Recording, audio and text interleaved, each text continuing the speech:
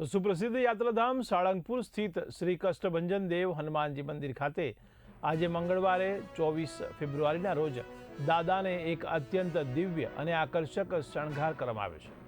તો પરમ પૂજ્ય શાસ્ત્રી સ્વામી હરિપ્રકાશ દાસજીની પ્રેરણાથી શ્રી કષ્ટભંજન દેવ હનુમાનજીને વૃંદાવનમાં ખાસ તૈયાર થયેલા સુંદર એમ્બ્રોઇડરી વર્કવાળા વાઘા અર્પણ કરવામાં આવ્યા.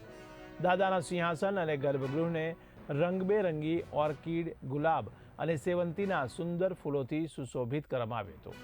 દાદાની સમક્ષ 200 કિલો મોસંબીનો ભવ્ય અન્નકૂટ પણ ધરાવવામાં આવ્યો હતો, જે આકર્ષણનું કેન્દ્ર બન્યો હતો.